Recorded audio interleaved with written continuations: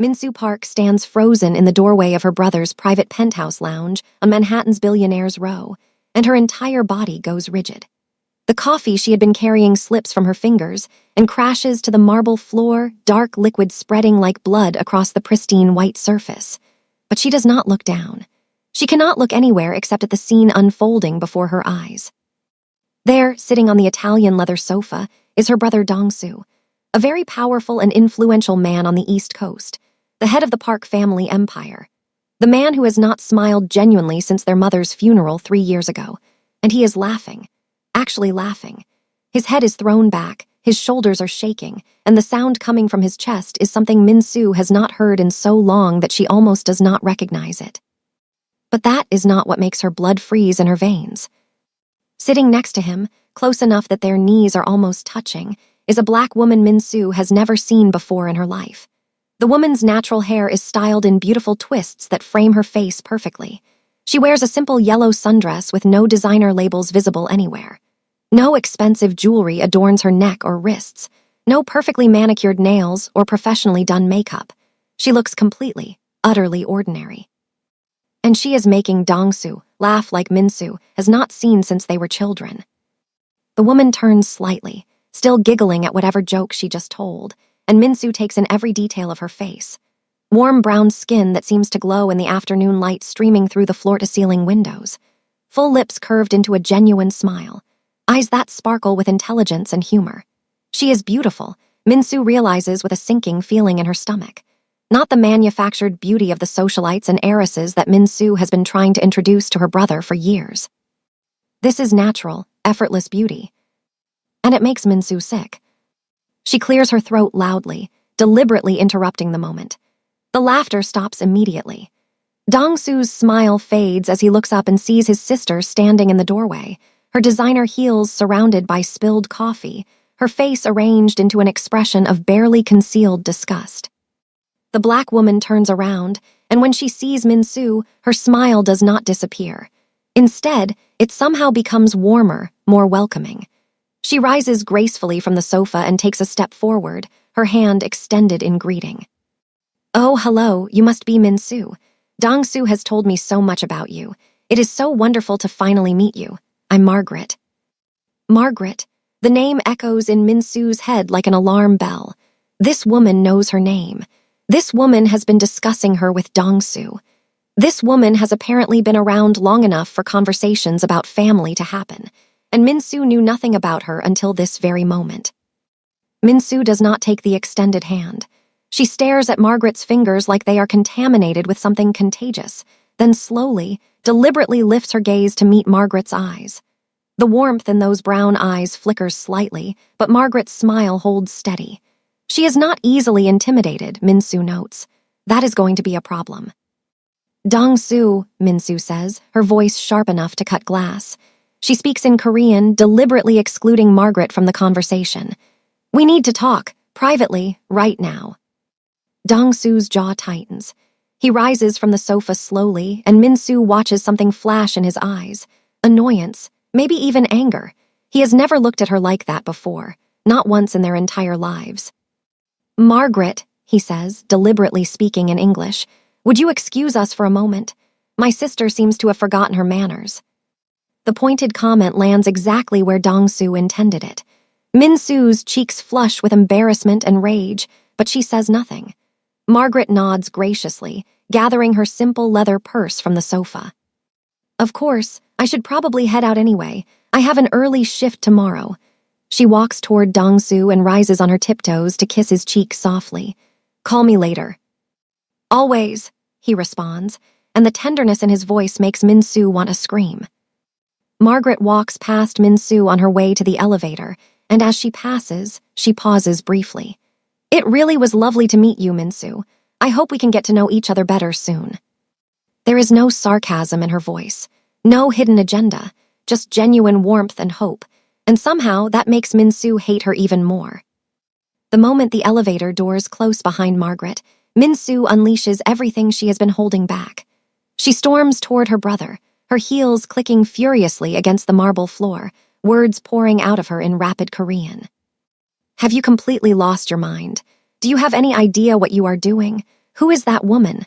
Where did she come from? How long has this been going on? If father is alive and he knows, do you think he's going to approve of it? Do the other families know? Dong-soo, answer me. Dong-soo walks calmly to the bar in the corner of the room and pours himself a glass of whiskey. He takes a slow sip before responding, and his composure only infuriates Min-soo more. Her name is Margaret Thompson. She is a pediatric nurse at Presbyterian Hospital, and she volunteers at a free clinic in the Bronx on weekends. We have been seeing each other for 4 months. Father is dead, as you well know, so his opinion is irrelevant, and the other families can mind their own business. 4 months. The words hit Min-soo like a physical blow. Her brother has been hiding this woman from her for 4 months. She, who has dedicated her entire life to protecting him, to managing his image, to ensuring the Park family remains untouchable. He has been lying to her for 4 months. A nurse, Min-soo spits the word like it tastes foul. A volunteer at some charity clinic. Dong-soo, do you understand what this looks like? Do you understand what people will say? The head of the Park family, slumming it with some random American woman who probably makes less in a year than you spend on watches. Dong-soo sets his glass down with a sharp crack. When he turns to face his sister, the warmth that had been in his eyes moments ago is completely gone. In its place is the cold, calculating expression that has made grown men tremble in boardrooms and back alleys across the country. Be very careful about your next words, Min-soo. That woman you just dismissed as random has more integrity in her smallest finger than half the people in our organization. She has dedicated her life to helping sick children. She volunteers 40 hours a month at a clinic that serves families who cannot afford regular health care. She has never asked me for a single thing. Not money, not gifts, not connections, nothing. Min-soo laughs bitterly, and the sound is ugly in the beautiful room. Oh, please. Every woman wants something. She is playing the long game, brother, making you think she is different, so when she finally reveals what she really wants, you will be too blinded by whatever spell she has cast to see the truth. The only spell she has cast, Dong-soo responds quietly, is making me remember what it feels like to be happy, something I had forgotten was even possible. The words hang in the air between them. Min-soo stares at her brother, and for a moment, just a moment, she sees him. Not the powerful head of the Park family, not the cold businessman who controls an empire worth billions, just her older brother. The boy who used to sneak her extra dessert when their father was not looking.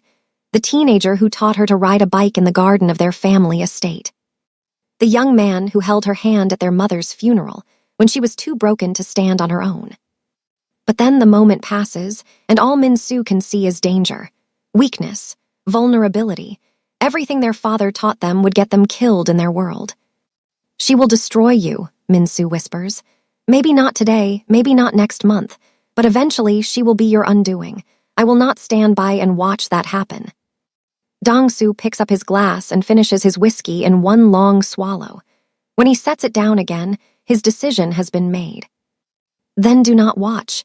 But know this, little sister, Margaret is not going anywhere.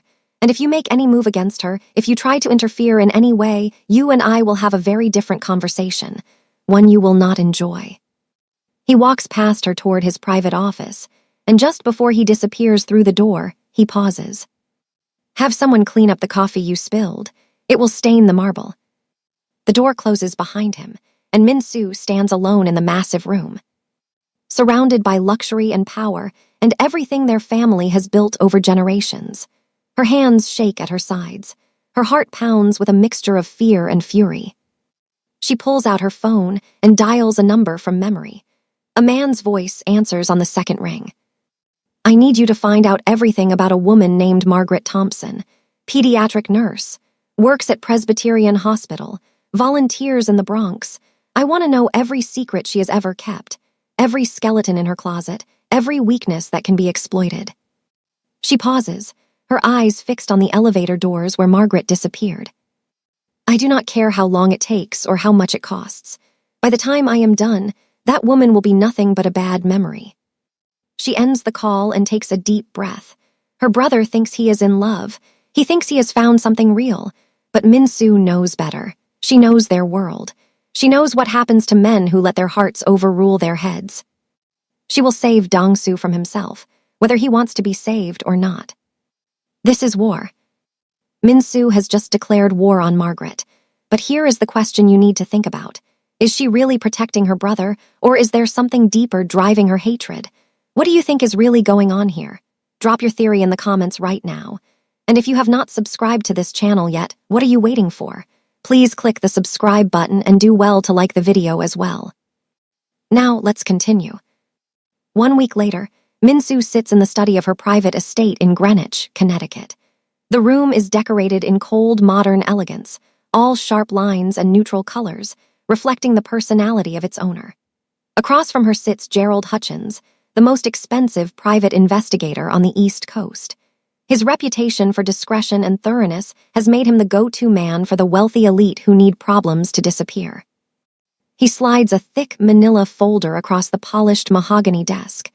Minsu opens it immediately, her eyes hungry for ammunition. Margaret Elizabeth Thompson, Gerald begins in his gravelly voice. 29 years old, born and raised in Newark, New Jersey. Father was a construction worker who died in a workplace accident when she was 11. Mother was a home health aide who raised Margaret and her younger brother alone.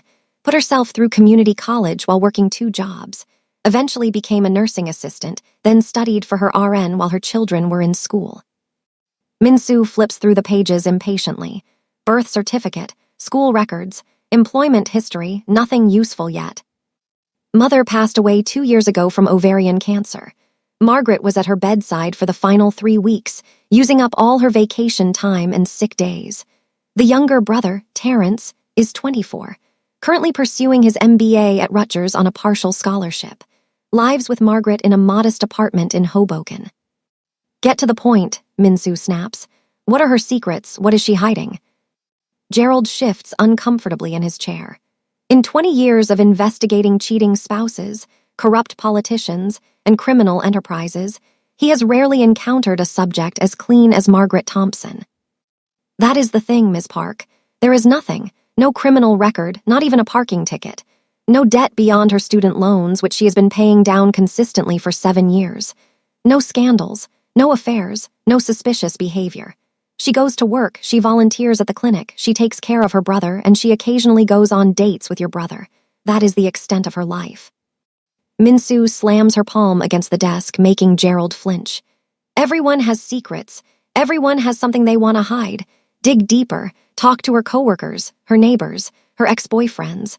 Someone somewhere knows something that can be used. Gerald nods slowly, but there is hesitation in his eyes. Ms. Park, I have to ask, this woman seems completely legitimate. Are you certain you want to pursue this, if your brother finds out? My brother will thank me when this is over, Minsu interrupts coldly. Just do your job. I am not paying you to question my decisions. Across the Hudson River in Hoboken, Margaret's apartment is small but filled with warmth. Every surface holds photographs or mementos from her life. Her mother's favorite armchair sits by the window, still positioned exactly where she liked it for the best afternoon light. Terrence's MBA textbooks are stacked on the kitchen counter next to a half-empty pot of coffee. The walls are painted a soft yellow that makes even the grayest days feel sunny. Margaret stands in front of her closet, trying to decide what to wear for dinner with Dong-soo. It still feels surreal that this is her life now. 4 months ago, she was just a nurse working double shifts to make ends meet. Now she is dating a man whose world is so different from hers that sometimes she feels like she is living in a dream. Terrence appears in her doorway, arms crossed over his chest. At 24, he has their mother's gentle eyes and their father's stubborn jaw.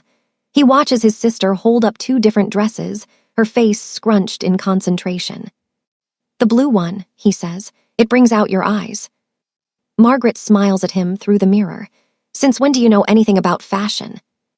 Since my big sister started dating a billionaire, and I realized I need to step up my game if I ever want to compete. The joke lands, but there is an undertone of concern in his voice that Margaret does not miss. She sets down the dresses and turns to face him fully. What is really on your mind, Terry? He sighs and comes into the room, sitting on the edge of her bed. I have been hearing things, Mags, about the Park family, about what they really do behind closed doors. I know you think Dong-soo is different, but... He is different, Margaret interrupts gently but firmly. I have seen sides of him that the rumors do not account for. Did you know he donated $300,000 to the clinic last month? Anonymously. He did not even tell me about it. I only found out because Mrs. Chen in administration let it slip. That does not change who his family is, what they have done. Margaret sits down next to her brother and takes his hand. Our father worked construction for a company that cut corners on safety to save money. He died because they valued profit over human lives. Does that make everyone in construction evil? Does that mean every contractor is a murderer? Terrence shakes his head reluctantly. That is not the same thing, Mags. Maybe not exactly, but Dong-Soo is not his father. He is not his family's history. He is trying to be something different. I have seen him, Terry, really seen him. And the man I see is worth taking a chance on. Terrence is quiet for a long moment. Finally, he squeezes his sister's hand. Mom always said you had the biggest heart in the family. She also said that big hearts break the easiest. Just be careful, okay? I cannot lose you too. Margaret pulls him into a hug. You are never going to lose me, I promise. Later that evening, Dong-Soo picks Margaret up in a sleek black car that probably costs more than her annual salary. But what she notices is not the car. It is the way his face lights up when he sees her walking toward him. It is the way he opens her door himself instead of letting the driver do it. It is the small bouquet of sunflowers he hands her, remembering that she mentioned they were her mother's favorite weeks ago.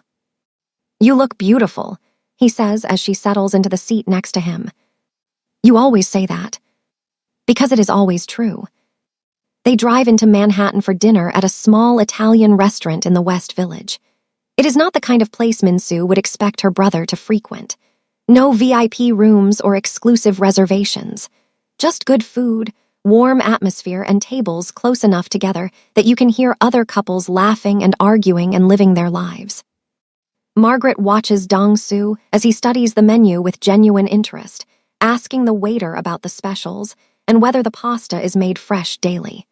This is not the fearsome figure that the world sees. This is just a man enjoying a simple evening with someone he cares about. I met your sister, Margaret says once they have ordered. Last week at your place. Dong-Soo's expression tightens almost imperceptibly. I know, I am sorry about how she behaved. Min-soo can be protective. Protective is one word for it. He reaches across the table and takes her hand. His palm is warm, slightly calloused in ways that surprise her. For all his wealth, he is not a man who avoids physical work when it is needed. My sister and I have been through a lot together. Our father was not an easy man, after our mother died. Min-soo took on the role of protector. She thinks she needs to save me from everything, including myself. She does not trust easily. She does not trust me at all. She does not know you yet. Give her time. Margaret studies his face, reading the hope there. He wants his sister to accept her. He wants his two worlds to merge peacefully.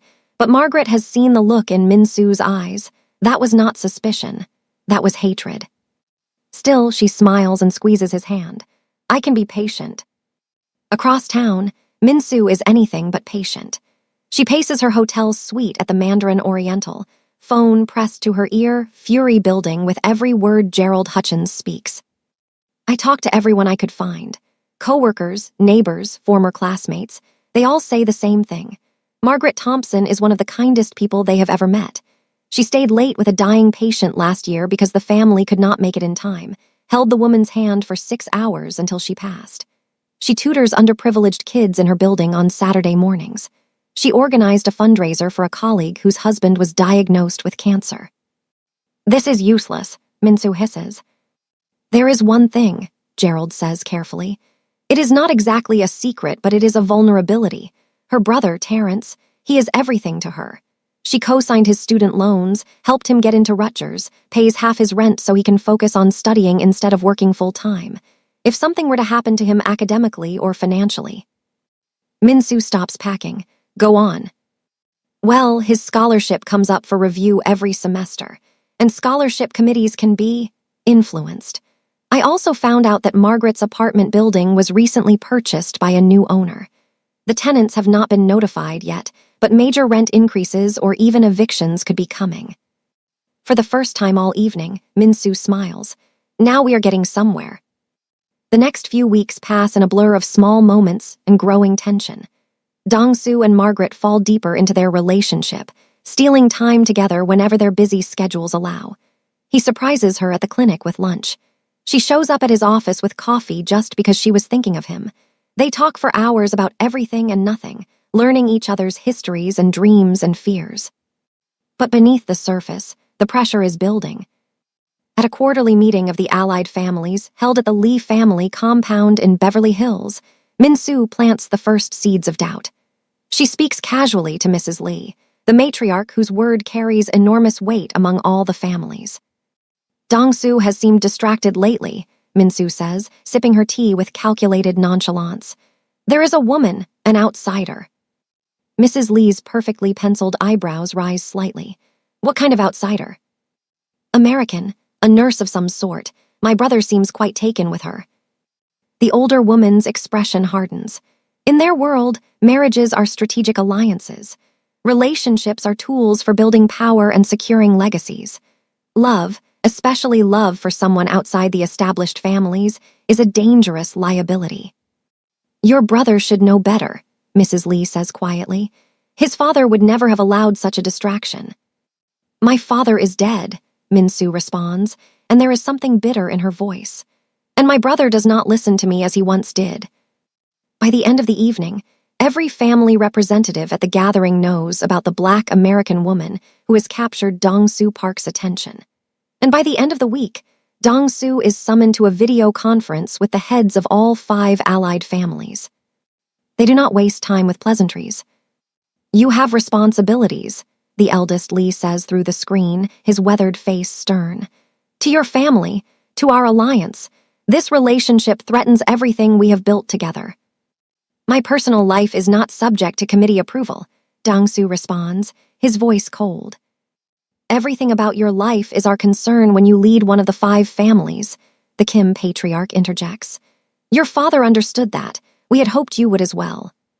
My father was a tyrant who died alone and unloved, Dong-soo says flatly. Forgive me if I choose a different path. The screens erupt in protests and objections. Dong-soo listens with growing fury as men he has known his entire life lecture him about duty and tradition and proper behavior. When the eldest Lee finally issues an ultimatum, 30 days to end the relationship or face consequences, something inside Dong-soo snaps. Do not threaten me, he says quietly, and the room goes silent. Any of you. My father built an empire that put you all in the positions you hold today. You exist because the Parks allowed you to exist. Remember that before you make demands of me. He ends the call with a single click, then sits in the silence of his empty office, his hands trembling with rage. Jin-ho, his most trusted advisor and right-hand man, steps into the room hesitantly. Sir, that was perhaps not the wisest approach. I do not care about being wise. I care about Margaret. Jin-ho nods slowly. Then you should know something. The allied families did not organize this intervention on their own. Someone has been feeding them information, encouraging their concerns, stoking their fears. Dong-soo already knows the answer, but he asks anyway. Who? Jin-ho hesitates. Your sister, sir. Min-soo has been in contact with Mrs. Lee for weeks. Dong-soo closes his eyes. His own blood, his only family, working against him. Keep watching her, he orders quietly. I want to know every move she makes, everyone she talks to, everything she is planning. And if she threatens Ms. Thompson directly. Dong-soo opens his eyes, and what Jin-ho sees there makes him take an involuntary step backward. Then Min-soo will discover exactly how far I am willing to go to protect the woman I love. Margaret feels it before she understands it. The subtle shifts that signal something has changed. At first, she thinks she is imagining things. The uneasy glances from colleagues who usually greet her warmly. The health inspector who shows up unannounced at the clinic, finding violations that have never been mentioned in previous inspections. The letter from her landlord announcing that the building has new owners and all tenants must vacate within 60 days. Then Terrence calls her, his voice shaking with confusion and fear. They're auditing my scholarship, MAGs, something about irregularities in my application from 3 years ago. If they find anything wrong, I could lose my funding. I could lose everything. Margaret sits down heavily on her couch, her mind racing. One thing could be coincidence. 2 things could be bad luck, but 3 things happening simultaneously to the 2 most important aspects of her life. That is not a coincidence. That is a coordinated attack. She tries to call Dong-soo, but his phone goes to voicemail. She calls again an hour later. Same result. By the 3rd attempt, she stops trying. Maybe he is in meetings. Maybe he is busy with family business. Or maybe he is finally seeing what his sister wanted him to see all along. That night, Margaret cannot sleep. She lies in bed staring at the ceiling, running through every moment of the past few months, looking for signs she might have missed. Was she naive to think this could work? Was she foolish to believe that love could bridge the enormous gap between their worlds? Her phone buzzes just after midnight. A text from an unknown number. "This is only the beginning. Walk away now while you still can." Margaret reads the message 3 times. Then she does something that surprises even herself. She laughs. A tired, bitter laugh that fills her small bedroom and bounces off the walls. Walk away. As if she is some fragile flower who wilts at the first sign of adversity. Whoever sent this message clearly does not know who they are dealing with. Margaret Thompson was 11 years old when she watched her father's body being lowered into the ground. She was 15 when she started working nights at a grocery store to help her mother pay the bills. She was 18 when she held her crying mother's hand at the bankruptcy hearing that took their family home.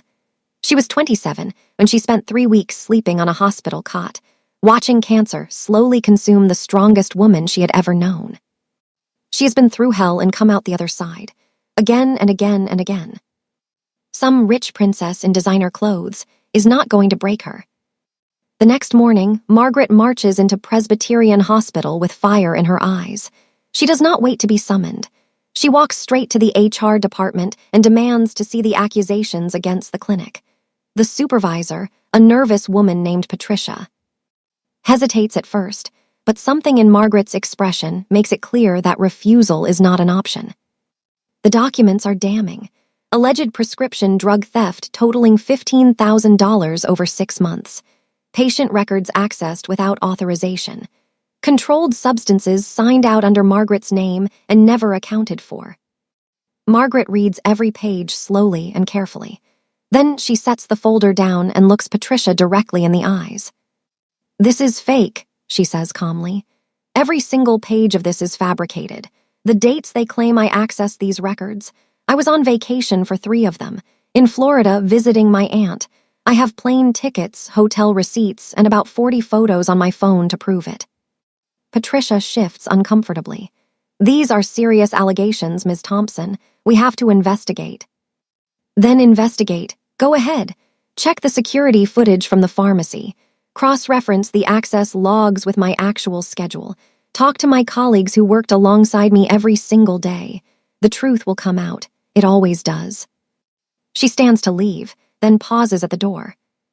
"And when you discover that someone has manufactured this entire case to destroy my career, I expect a full apology and an investigation into who is responsible.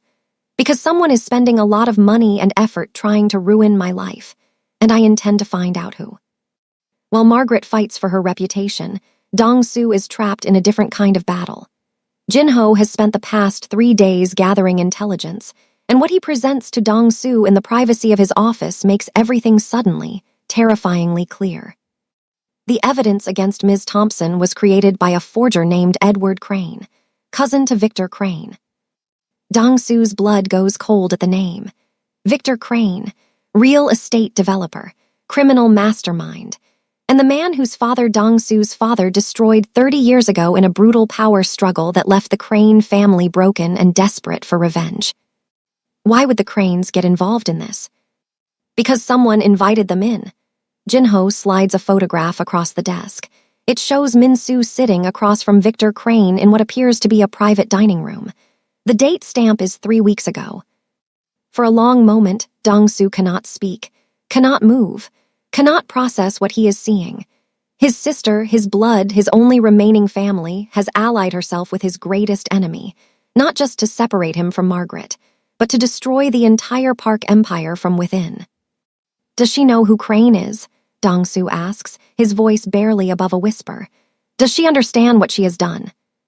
"I do not believe she knows the full history. She approached him looking for resources to use against Ms. Thompson. Crane saw an opportunity and took it. Dong-soo stands and walks to the window overlooking Central Park. The city sprawls beneath him, millions of lives unfolding in patterns he will never see or understand. Somewhere out there, Margaret is fighting for her future. Somewhere out there, his sister is plotting with their oldest enemy. And here he stands, caught between the two women who matter most to him, unable to protect either one from the other. What are my options? Jin-ho considers carefully before responding. If you expose Min-soo's alliance with Crane to the other families, she will be finished. Exile, disgrace, possibly worse, but you will have destroyed any chance of reconciliation with your only sister. And if I do not, then Crane will continue to use her. The attacks on Ms. Thompson will escalate, and eventually, Crane will have enough inside information to bring down the entire park operation. Dong-soo closes his eyes. There is no good choice here. There is only survival and sacrifice, the two constants of his entire life. Arrange a meeting with my sister. Tomorrow, at our mother's grave. She cannot refuse that. And Ms. Thompson. I will go to her tonight. She deserves to know what is happening. She deserves to choose whether she still wants any part of this. But Margaret chooses first. When Dong-soo arrives at her apartment that evening, she is sitting on her couch surrounded by documents and evidence. Her eyes are red from exhaustion, but clear with determination. She does not wait for him to explain. I know someone is targeting me. The clinic, my apartment, Terrence's scholarship. It is all connected. Your sister. Dong-soo sits down beside her and takes her hands. Yes, but it is worse than that. She has partnered with a man named Victor Crane, my family's oldest enemy. He is using her to get to me. Margaret processes this information with surprising calm. So we are pawns in someone else's game. Not pawns, targets. Is there a difference? Dong-soo almost smiles despite the gravity of the situation. Pawns cannot fight back. We can. Margaret squeezes his hands. I am not going anywhere. I told your sister that the day I met her and I meant it. But I need to know something first, if this gets worse. If choosing me means losing your sister forever. Can you live with that? The question hangs between them like a blade. Dong-soo has asked himself the same thing every night for weeks, and every time he arrives at the same answer. When I was young, my mother told me that the heart knows things the mind cannot understand. That love is the only thing in this world worth risking everything for. I did not believe her. I thought she was weak, romantic, naive. But she was right. I know that now. Because when I imagine a future without you, it is empty, meaningless. But when I imagine a future without Min-soo, it is painful but survivable. That tells me everything I need to know. Margaret pulls him close and holds him tightly. For a long moment, they simply breathe together, drawing strength from each other's presence. Then we fight together, she says finally, whatever comes. The cemetery in Westchester is peaceful in a way that the rest of the world never is. Rolling green hills dotted with white headstones stretch toward the horizon, and ancient oak trees provide shade from the late afternoon sun. Dong-soo stands before his mother's grave, reading the familiar words on the marble marker for what must be the 1,000th time. Park Soo-yeon, beloved wife and mother, her love was endless, her grace was boundless, her spirit lives on. He hears Min-soo's footsteps approaching before he sees her. She walks slowly, almost hesitantly, clutching a small bouquet of white lilies, their mother's favorite flowers. When she reaches the grave, she places them carefully at the base of the headstone and bows her head in silent prayer. For a moment, they stand together in silence. Brother and sister, the last of their bloodline, united by loss and divided by choices. Do you remember what she used to say when we fought? Dong-soo asks quietly. When we were children. Min-soo's voice is thick with emotion. She said that siblings are the only people in the world who know your full story, from the very beginning. She also said that we would need each other someday, that when the world was cruel and the path was dark, we would be each other's light. Min-soo wipes her eyes impatiently. She was a dreamer. She did not understand our world. She understood more than we gave her credit for. Dong-soo finally turns to face his sister. I know about Victor Crane, Min-soo. I know everything. The color drains from Min-soo's face. For a moment, She looks like the frightened little girl who used to climb into Dong-su's bed during thunderstorms, seeking comfort from her big brother. But then the mask slides back into place, and she straightens her spine. I did what I had to do. You left me no choice. No choice. You partnered with a man whose family has been trying to destroy ours for 3 decades. You fed him information about our operations. You put everything we have built at risk. And for what? Because you cannot stand to see me happy. I was trying to save you. Min-soo's voice cracks, and suddenly all the walls she has built come tumbling down. Can't you see that? Father was a monster. He destroyed everything he touched. Mother, our family, his own soul. And when he died, he left you in charge of an empire built on blood and cruelty. I watched you become him, Dong-su. Year after year, I watched you grow colder, harder, emptier, until I almost did not recognize my own brother. The words hit Dong-su like physical blows. He opens his mouth to protest, but Min-soo is not finished. Then Margaret came along, and suddenly you were different, smiling, laughing, talking about the future like it was something to look forward to instead of endure. At first, I thought it was wonderful.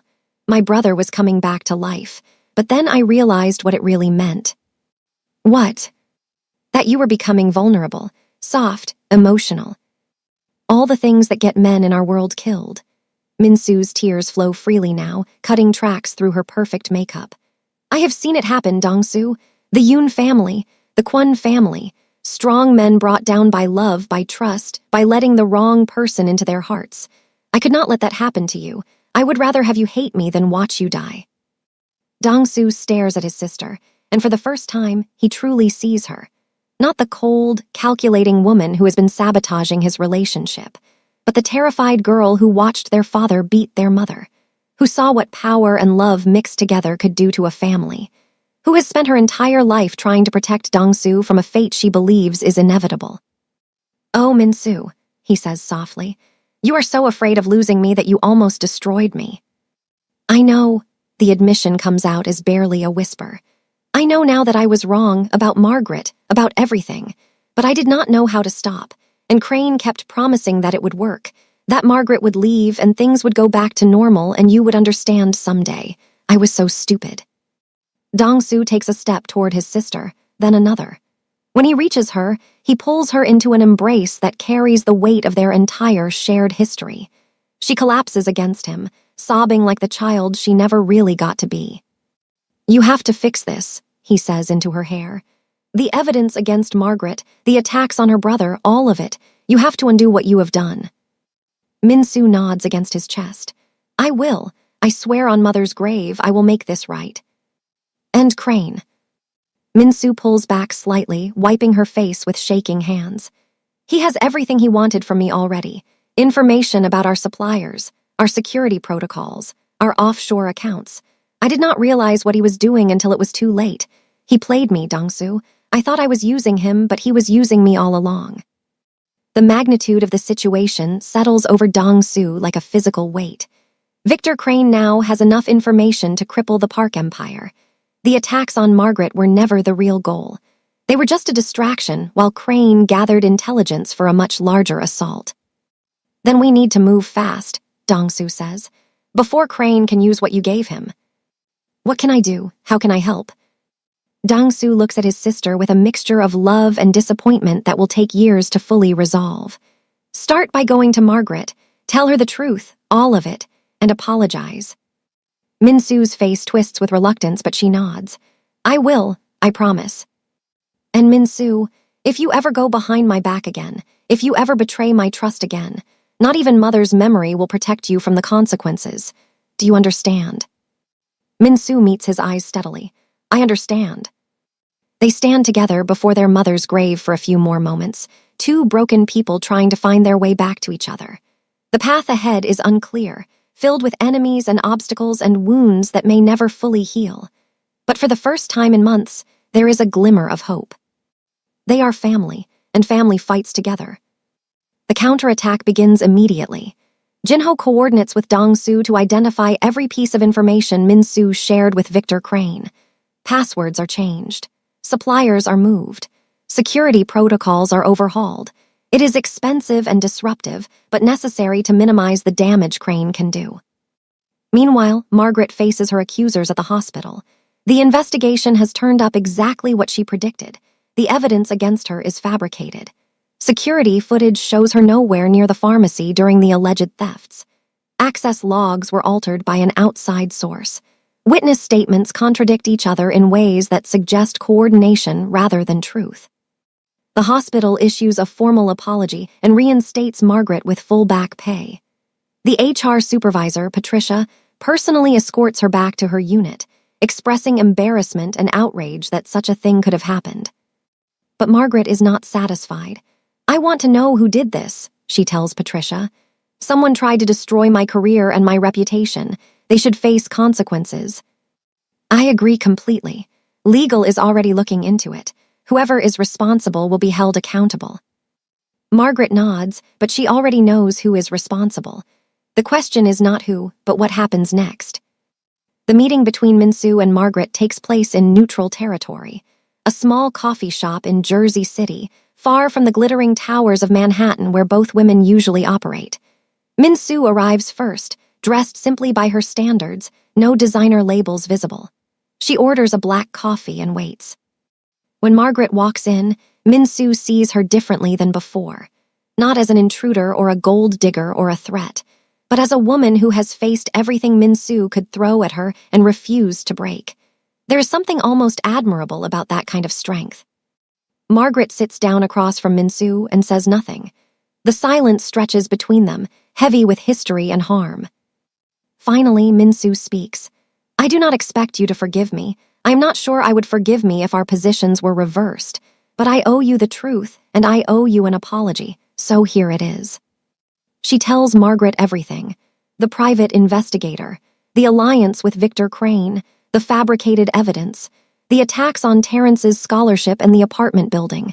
She does not make excuses or minimize her actions. She simply presents the facts as ugly as they are. When she finishes, Margaret is quiet for a long moment. Then she asks a question Minsu was not expecting. "Why do you really hate me?" Minsu blinks. "What?" "Not the surface reasons. Not the outsider thing or the tradition thing or the protecting your brother thing. The real reason. The one you maybe have not even admitted to yourself." The question cuts deeper than any accusation could. Minsu opens her mouth to deflect, to change the subject, to retreat into anger. But something in Margaret's calm, steady gaze makes that impossible. "I was jealous," Minsu admits, and the words taste like ash in her mouth. "Dong-soo and I used to be everything to each other. After our mother died, we were all each other had. He relied on me, needed me. And then you came along, and suddenly I was not the most important woman in his life anymore. Suddenly there was someone who could make him smile in ways I never could. Someone he trusted more than he trusted me." Margaret considers this. That must have been incredibly painful. It is," Minsu's voice cracks. "I have spent my whole life trying to be enough for him, trying to protect him from everything and everyone, and it was never enough. He still pulled away. He still shut me out. And when I saw how open he was with you, how freely he gave you the things he always kept from me." "You felt betrayed." "Yes." Margaret reaches across the table and does something Minsu absolutely did not expect. She takes Minsu's hand. "I am not trying to replace you," Margaret says gently. "I could never replace you. You are his sister. You share a history that I will never fully understand. What I am trying to do is add to his life, not take away from it. There is room for both of us to love him." Minsu stares at their joined hands, overwhelmed by a kindness she absolutely does not deserve. "How can you say that after everything I have done to you?" "Because holding on to anger is exhausting. Because Dong-soo loves you, and I love Dong-soo, which means I have to at least try to understand you. And because my mother raised me to believe that people can change. That redemption is always possible for those who truly want it." Minsu's tears fall again, and this time she does not try to stop them. "I want to change. I want to fix this, but I do not know if it is too late." Margaret squeezes her hand. "It is never too late, but fixing this means more than just apologizing to me. Victor Crane is using the information you gave him. He is planning something, and if we are going to stop him, we need to work together." "Together?" "You, me, Dong-soo. Whatever comes next, we face it as a family. Margaret pauses, letting the words sink in. Because that is what you are to me now, Minsu. Whether you like it or not, you are going to be my family. Minsu cannot speak. She cannot do anything except nod and cry and hold onto Margaret's hand like it is a lifeline. For the first time in longer than she can remember, she does not feel alone. The intelligence on Victor Crane paints a terrifying picture. He has spent the past decade building an empire of corruption and crime, hidden behind a facade of legitimate business, money laundering through shell companies, bribery of federal officials, extortion of rival developers, human trafficking through construction sites. The list goes on and on. And now he has information that could expose the Park family's own illegal operations, carefully concealed for generations behind layers of corporate structure and plausible deniability. If Crane goes public with what Minsu gave him, it will not just destroy the parks. It will trigger investigations that could bring down all 5 allied families. Dongsu calls an emergency meeting, not with the allied families yet, first with his inner circle. Jinho, his head of security, a quiet man named Thomas Chen. His personal attorney, a woman named Victoria Reynolds who has been with the family for 20 years.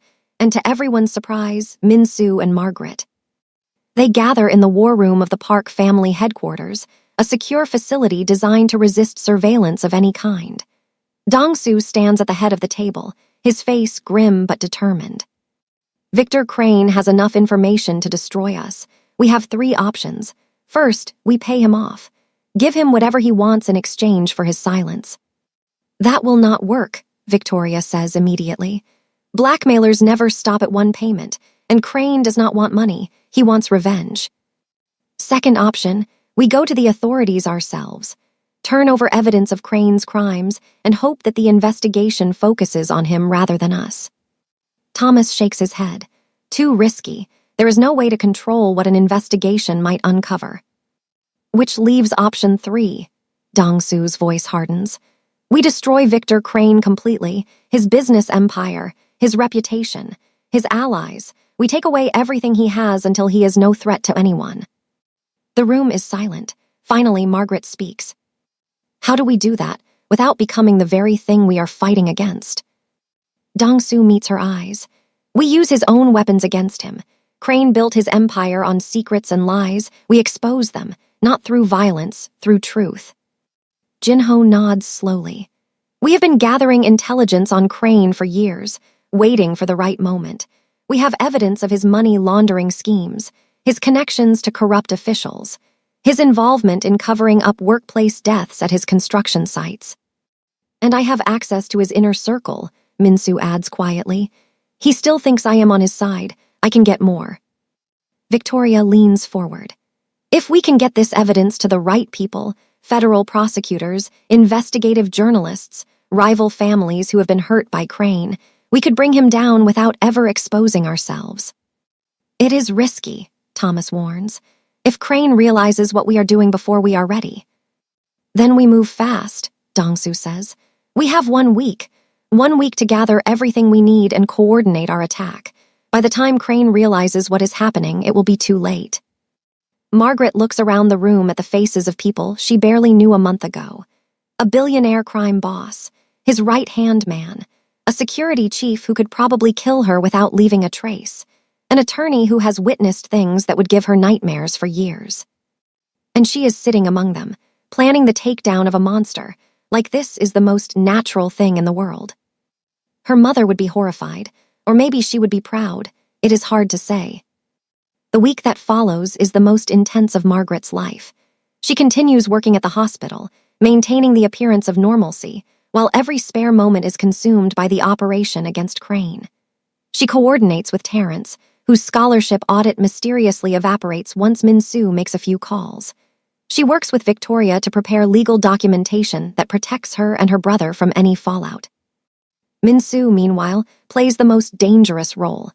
She maintains contact with Crane, pretending to still be his ally, feeding him false information while extracting every secret she can.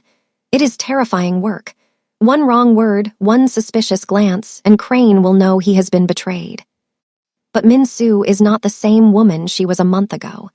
The fear that used to paralyze her has been replaced by something stronger, the determination to prove herself worthy of the second chance she has been given. On the 5th day, she hits the jackpot. A private dinner with Crane at his estate in the Hamptons, where he drinks too much wine and speaks too freely about his plans. She records everything on a device Jinho provided, hidden in her designer clutch. The recording captures Crane admitting to bribing 3 federal judges, ordering the destruction of evidence in a wrongful death lawsuit, and planning to use the Park family secrets to extort them for $100 million over the next decade. When Min-soo delivers the recording to Dong-soo, her hands are still shaking, but her eyes are clear and proud. "This is enough," Jinho confirms after reviewing the evidence. "This is more than enough." Victor Crane is arrested on a Tuesday morning in front of the federal courthouse in Manhattan, where he was scheduled to appear for a routine hearing on one of his many pending lawsuits. The cameras capture everything: the shock on his face, the federal marshals placing him in handcuffs, the crowd of reporters shouting questions he cannot answer. The charges are devastating: 17 counts of money laundering, 12 counts of bribery, 6 counts of obstruction of justice, 3 counts of conspiracy to commit fraud, and buried in the middle of the indictment, almost as an afterthought, 4 counts of extortion related to his attempted blackmail of the Park family. The news cycles erupt. Crane's face is everywhere, paired with headlines about his decades of corruption and crime. His business empire begins to crumble within hours. Partners distance themselves, investors flee, properties are seized. By the end of the week, the man who once thought he was untouchable is facing the very real possibility of spending the rest of his life in federal prison. But Crane is not going quietly. From jail, he manages to get a message to a reporter at a major newspaper. He wants to make a deal. He has information about the Park family, he claims, enough to bring down one of the most powerful criminal organizations on the East Coast. In exchange for leniency, he will tell them everything. The reporter contacts Dong-soo's attorney for comment. Victoria handles the call with practiced calm. Mr. Crane is facing serious charges and is clearly desperate to avoid consequences. Any allegations he makes should be viewed in that context. The Park family is a legitimate business enterprise with nothing to hide. But behind closed doors, the tension is thick enough to choke on. "He is bluffing," Jinho insists. "The information Min-soo gave him is outdated. We have already changed everything." "He might have kept records we do not know about," Thomas counters. "We cannot assume we are safe." Dong-soo silences them both with a look. "We wait. Crane has to prove what he claims, and he cannot prove what does not exist anymore. Let him dig his own grave." Margaret watches the drama unfold from the periphery, trying to reconcile the world she has entered with the values she was raised on. She knows what the Park family is. She knows the things they have done, the laws they have broken, the people they have hurt. And yet she also knows Dong-soo, the man who reads to sick children, the man who cries at sad movies, the man who has risked everything for her. Can both things be true? Can a person be a criminal and still be good? She does not have answers, only questions, and the uncomfortable certainty that her life will never be simple again. The prosecutors decline Crane's offer. Without corroborating evidence, his allegations are worthless. And the evidence he thought he had, the secrets Min-soo shared, lead nowhere. Changed passwords, moved accounts, different suppliers. It is as if the information was deliberately designed to be useless by the time he tried to use it. Which, of course, it was. Crane's trial lasts 3 weeks. The evidence against him is overwhelming. Witness after witness testifies to his crimes. Documents and recordings pile up until the jury has no choice but to convict. When the verdict comes, Dong-soo is in his office, watching the live coverage with Jinho, guilty on all counts. The judge schedules sentencing for the following month, but everyone knows what is coming. Victor Crane will die in prison. "It is over," Jinho says quietly. Dong-soo shakes his head. "It is never over. There will always be another Crane, another enemy, another threat, but today we won, and that is enough." 6 months after Victor Crane's conviction, Margaret stands in the doorway of the newly renovated Bronx Community Health Center, watching the ribbon-cutting ceremony with tears in her eyes. The building that was once crumbling and underfunded is now a state-of-the-art facility. equipped with the latest technology and staffed by some of the best medical professionals in the city. The $10 million donation from the Park Family Foundation made it possible, but Margaret insisted on being involved in every decision, from the layout of the patient rooms to the selection of the artwork on the walls. This is her legacy, not just Dong-su's money. Terrence stands beside her, beaming with pride. He graduated from Rutgers last month, top of his class, and has accepted a position at a consulting firm in Boston. But before he leaves, he wants to see what his sister has built. "Mom would be so proud of you," he says, slipping his arm around her shoulders. "She would be proud of both of us." Margaret leans into her brother's embrace. "We made it, Terry. We actually made it." The relationship between Margaret and Min-soo has transformed into something neither woman expected: genuine friendship. It did not happen overnight. There were months of awkward conversations, painful honesty, and tentative trust-building. But slowly, steadily, they found common ground. They both loved Dong-soo, though in different ways. They both lost their mothers too young. They both know what it means to fight for survival in a world that does not care about their struggles. Now, Min-soo is a regular presence at family dinners. She and Margaret go shopping together, arguing about fashion choices and gossiping about celebrities. It is strange and wonderful and nothing Min-soo ever imagined for herself. One evening, as they are preparing dinner in Margaret's kitchen, Min-soo pauses and looks at the woman who has become her unexpected sister. "I never apologized to you properly," she says, "for the things I called you in my head, for the assumptions I made about who you were." Margaret shrugs, chopping vegetables with practiced efficiency. "You did apologize, multiple times." "Not for everything, I thought." Min-soo hesitates, shame coloring her cheeks. "I thought you were beneath us, beneath him, because of where you came from, who your family was, the color of your skin." Margaret sets down the knife and faces Min-soo directly. "I know." "You knew?" "Of course I knew. I have dealt with people like that my whole life. I knew what you were thinking the moment I saw your face that first day, but I also knew something you did not know." "What?" "That I was exactly what your brother needed, and that eventually you would see it too." Min-soo's eyes fill with tears. "How are you so sure?" Margaret smiles and picks up the knife again. "Because my mother taught me that the truth is like a lion. You do not have to defend it. Just let it loose, and it will defend itself." The proposal happens on a rooftop in Manhattan, the city sparkling beneath them like a million scattered diamonds.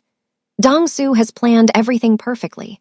Margaret's favorite flowers, her favorite music playing softly from hidden speakers, a bottle of champagne chilling in an ice bucket. But when the moment comes, he forgets all his carefully prepared words. He stands before the woman who has changed his life and finds himself speechless. Margaret laughs at his expression. "Are you okay?" "I had this whole speech planned," he admits. "About what you mean to me, how you saved me, how you made me believe in things I had given up on. But now that you are standing here, looking at me like that, all I can think is how much I want to spend the rest of my life with you." He drops to one knee and opens a small velvet box. The ring inside is not the biggest diamond Margaret has ever seen, though it is certainly beautiful. What makes it special is the small sapphire beside the diamond, the exact color of the scrubs Margaret wears to work. "Margaret Thompson, will you marry me?" Margaret looks at the ring, then at the man kneeling before her. She thinks about her mother, who always believed she would find her prince. She thinks about her father, who taught her that love is the greatest gift you can give another person. She thinks about all the trials she has survived to reach this moment. "Yes," she says, and she has never meant anything more in her entire life. Dong-soo slides the ring onto her finger, then rises to kiss her as the city lights sparkle around them. The wedding takes place at a private vineyard in Napa Valley, California, 1 year after the proposal.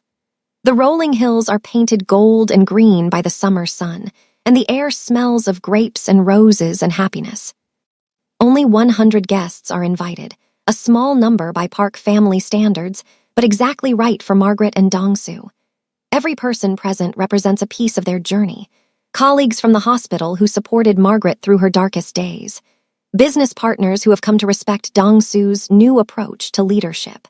Friends and family members who never gave up on either of them. Terence walks Margaret down the aisle, handsome in his tailored suit, fighting back tears he swore he would not shed. When they reach the altar, he kisses his sister's cheek and whispers the words their mother would have said. "Be happy, Mags, you deserve this." Margaret squeezes his hand, unable to speak past the lump in her throat. Dong-soo waits for her at the end of the aisle, and for the first time in his life, he feels no need to control his emotions. Tears stream down his face as he watches the woman he loves walk toward him, beautiful in a simple white gown that flows around her like water. The ceremony is brief but meaningful. They exchange traditional Korean vows alongside Western ones, blending their cultures as they are blending their lives. When the officiant pronounces them husband and wife, the crowd erupts in applause and cheers. At the reception, Min-soo rises to give a toast. The room falls silent, many guests remembering the rumors about her opposition to the relationship. Some have not fully forgiven her. Others are simply curious what she will say. Min-soo takes a deep breath and begins. 2 years ago, I made the biggest mistake of my life. I looked at Margaret and saw a threat, an outsider, someone who did not belong in our world. I could not see past my own fear and jealousy to recognize what my brother saw from the very beginning. She pauses, gathering herself. Margaret is the best thing that ever happened to our family, not because she is perfect, because she is real. She challenged us to be better. She forgave when she had every right to hate. She showed us that love is not a weakness to be guarded against, but a strength that can transform everything it touches. Min-soo raises her glass. To Margaret and Dong-soo, may your love continue to transform everyone fortunate enough to witness it. And may you always remember that you have a sister who loves you both and will spend the rest of her life trying to deserve the second chance you gave her. The room raises their glasses in unison. Margaret wipes tears from her cheeks. Dong-soo puts his arm around his new wife and mouths, "Thank you," to his sister across the room. Min-soo smiles back, and for the first time in years, it reaches her eyes. 3 years later, Margaret and Dong-soo stand in the living room of their home in Palo Alto, watching twin girls toddle across the carpet toward a pile of brightly colored toys. Grace, named for Margaret's mother, has her father's dark eyes and serious expression. Soo-yeon, named for Dong-soo's mother, has Margaret's smile and boundless energy. They are the perfect blend of their parents, proof that two people from completely different worlds can create something beautiful together. Min-soo visits often, spoiling her nieces with gifts and attention. She has changed in ways that even she does not fully understand. The fear and jealousy that once consumed her have been replaced by a peace she never knew was possible. She is learning, slowly, to let love in instead of pushing it away. On this particular Sunday afternoon, the house is full of warmth and laughter. Terence has flown in from Boston for the weekend. Jinho stops by with his wife and their new baby. Even Victoria Reynolds, the family attorney, joins them for dinner, trading legal strategies for stories about her grandchildren. Later that evening, after the guests have left and the twins are asleep in their cribs, Margaret and Dong-soo sit on their back porch, watching the sun set over the California hills. "Did you ever imagine this?" Margaret asks, leaning her head on her husband's shoulder. "This, a home, a family, 2 perfect daughters." Dong-soo kisses the top of her head.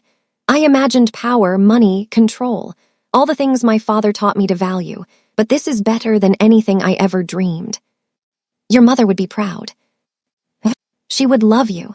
She would have loved you from the first moment she saw you stand up to me at that clinic, refusing to let me bully my way past you." Margaret laughs at the memory. It seems like a lifetime ago now, that first meeting. 2 strangers from different worlds, circling each other with suspicion and attraction, and something that would eventually become love. "I was so scared that day," she admits. "I thought you were going to have me fired or worse. And instead I came back the next day, like a lovesick fool." "You were not lovesick, you were intrigued." "Intrigued, lovesick, what is the difference? The result was the same. I could not stop thinking about you, could not stop wanting to see you again, could not stop imagining what it would be like to hear you laugh, to see you smile, to touch your hand." Margaret turns to face her husband, studying the face she has come to know better than her own. The lines around his eyes from smiling, the gray at his temples from stress and time. the softness in his expression that only appears when he is with her or their daughters. "I love you," she says simply. "I love you too, today, tomorrow, forever." The story of Dong-soo Park and Margaret Thompson becomes legend in both their worlds. In Korean social circles, it is whispered about as a cautionary tale or a romantic fairy tale, depending on who is telling it. In Margaret's community, it is held up as proof that love can conquer any obstacle, any prejudice, any barrier. But for Margaret and Dong-soo, it is simply their life, ordinary and extraordinary at the same time, filled with challenges and triumphs, arguments and reconciliations, moments of doubt and moments of perfect certainty. The Korean Mafia boss found his queen in the most unexpected place. And the black woman his sister once hated became the heart of the family. Not because she changed who she was to fit their world, but because she stayed true to herself and dared them to change instead. And in the end, they did.